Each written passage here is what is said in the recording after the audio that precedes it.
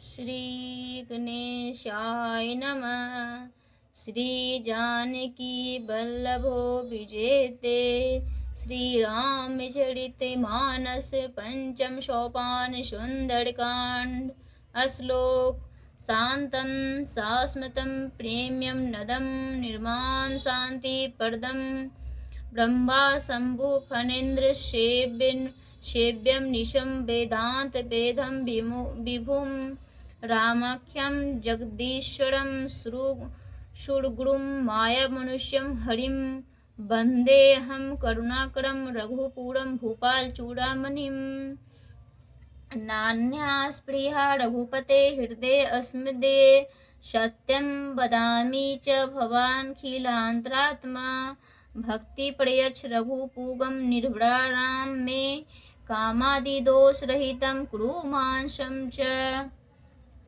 अतुलित बलधामं हेमशैलाभदेहं धनुजवन कृशानुं ज्ञानीनामगण्यं सकलगुणनिधानं बाणानाधीशं रघुपति प्रिय भक्तं वातजातं नमामि। मंगले भवनहि मंगले हारी द्रवहु सुदशरथ अजड़ बिहारी। जामवंत के बचन सुहाए सुनि हनुमंत हृदय अति भाए।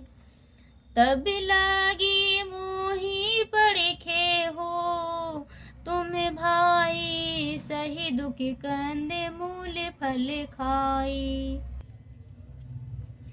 जामवान के सुंदर वचन सुनकर हनुमान जी के हृदयों को बहुत ही भाए। वे बोले, हे भाई, तुम लोग दुख सहकर कंद मूल फल खाकर तब तक मेरी राह देखना।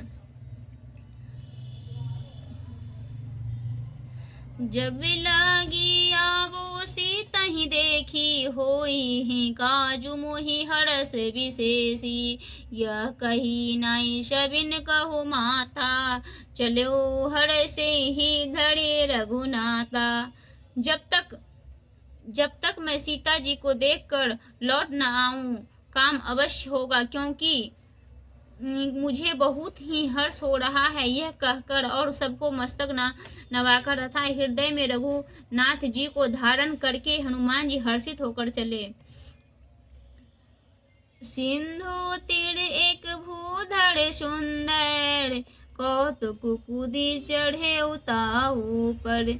बारे बारे रघुवीर संभारी तारे के पवन तनय बल भारी।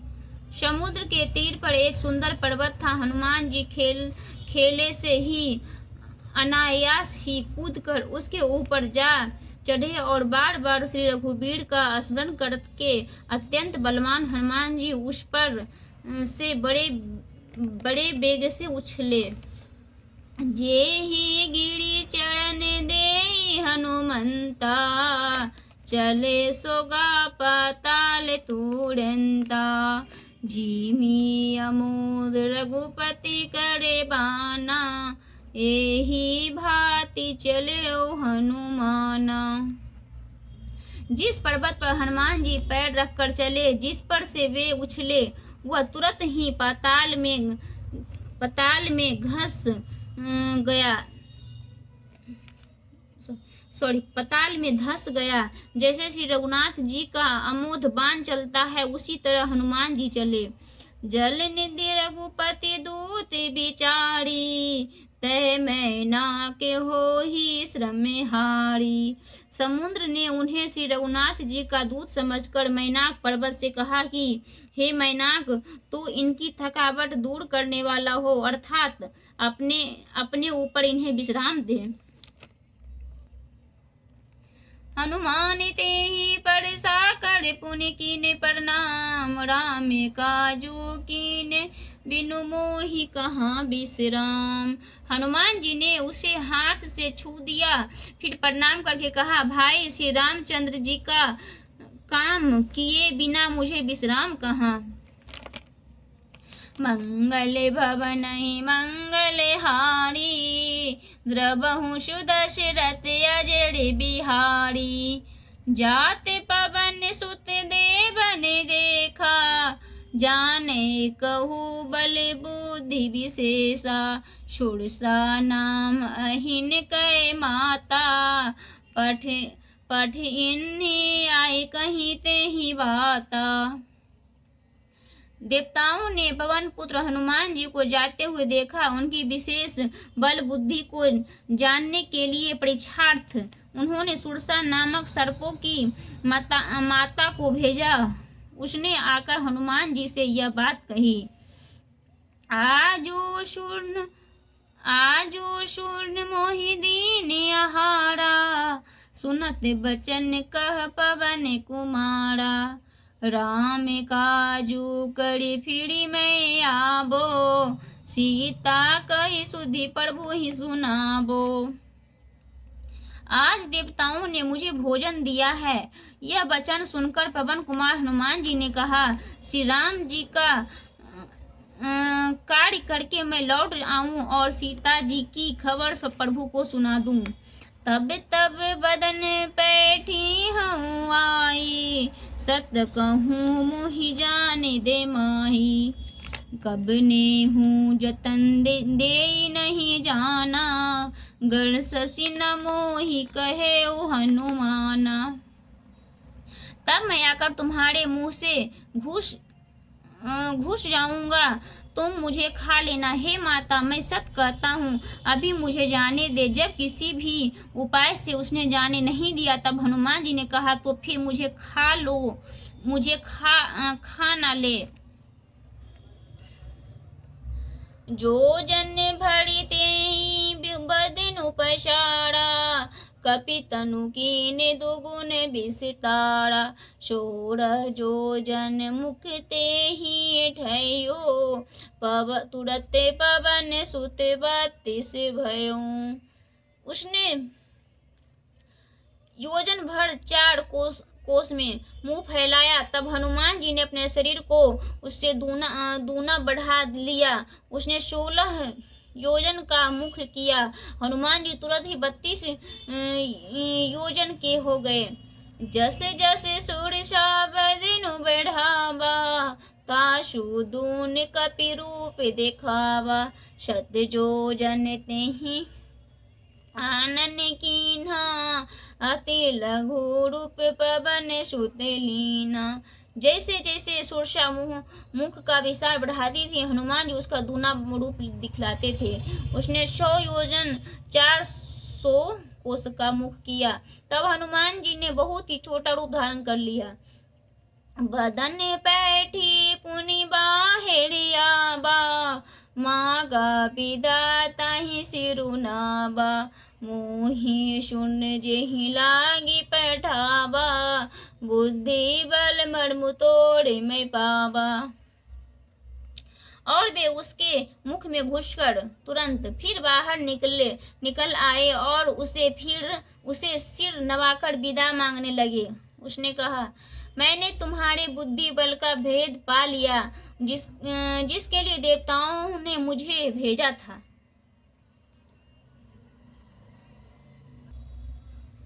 राम काजू सब करी हऊ, तुम बल बुद्धि निधान, आशीष दे गई सो हर सही चले ओ हनुमान। तुम श्री रामचंद्र जी का सब कार्य करोगे, क्योंकि तुम बल बुद्धि के भंडार हो। यह आशीर्वाद देकर वह चली गई। तब हनुमान जी हर्षित होकर चले। मंगल भवन ही मंगल हारी, द्रवहु सुदशरथ अजर बिहारी। निशिचरी एक सिंधु महु रहई, करी माया नभु के खगे गहई, जीव जंतु जे गगन उड़ाही, जल बिलो की तिनके पड़ी छाही। समुद्र में एक राक्षसी रहती थी। वह माया करके आकाश में उड़ते हुए पक्षियों को पकड़ लेती थी। आकाश में जो जीव जंतु उड़ा करते थे, वह जल में उनकी परछाई देखकर गहई छाक सक सोना उड़ाई, एहि विधि सदा गगन चढ़ खाई, सोई छल हनुमान का कीना, तासु कपटु कपि तुरत ही चीन्हा। उस परछाइयों को पकड़ लेती थी जिससे वे उड़ नहीं सकते थे और जल में गिर पड़ते थे। इस प्रकार वह सदा आकाश में उड़ने वाले जीवों को खाया करती थी। उसने वही छल हनुमान जी से भी किया। हनुमान जी ने तुरंत ही उसका कपट पहचान लिया। ताहि मारी मारुत सुत वीरा, बारदी पाड़ी गयो मति धीरा। तहाँ जाई देखी बन शोभा, गुंजत चंचलिक मधुलोभा। पवन पुत्र धीर बुद्धि वीर श्री हनुमान जी उसको मारकर समुद्र के पार गए। वहां जाकर उन्होंने वन की शोभा देखी। मधु पुष्प रस के लोभ से भौरे गुनाड़ कर रहे थे। नाना तरु फल फूल सुहाए, खग मृग वृंद देखी मन भाए। शैल विशाल देखी एक आगे, तापड़ दाई चढ़ो भय त्यागे। अनेकों प्रकार के वृक्ष फल फूल से शोभित हैं। पक्षी और पशुओं के समूहों को देखकर तो वे मन में बहुत ही प्रसन्न हुए। सामने एक विशाल पर्वत देखकर हनुमान जी भय त्याग कर उस पर दौड़कर जा चढ़े। ओमाना कछु कपि कै अधिकाई, प्रभु प्रताप जो कालहि खाई। गिरि पड़े चढ़ी लंका तेहि देखी, कहीं न जाय अति दौड़े विशेषी। शिव जी कहते हैं, हे उमा, इसमें बानर हनुमान जी की कुछ बड़ाई नहीं है। यह प्रभु का प्रताप है जो कालों को भी खा जाता है। पर्वत पर चढ़कर उन्होंने लंका देखी। बहुत ही बड़ा किला है, कुछ कहा नहीं जाता। अति उतंग जल निधि चहु पासा, कनक कोट करे परम प्रकाशा। वह अत्यंत ऊंचा है, उसके चारों ओर समुद्र है। सोने के प्रकोट चहार दीवारी का परम प्रकाश हो रहा है।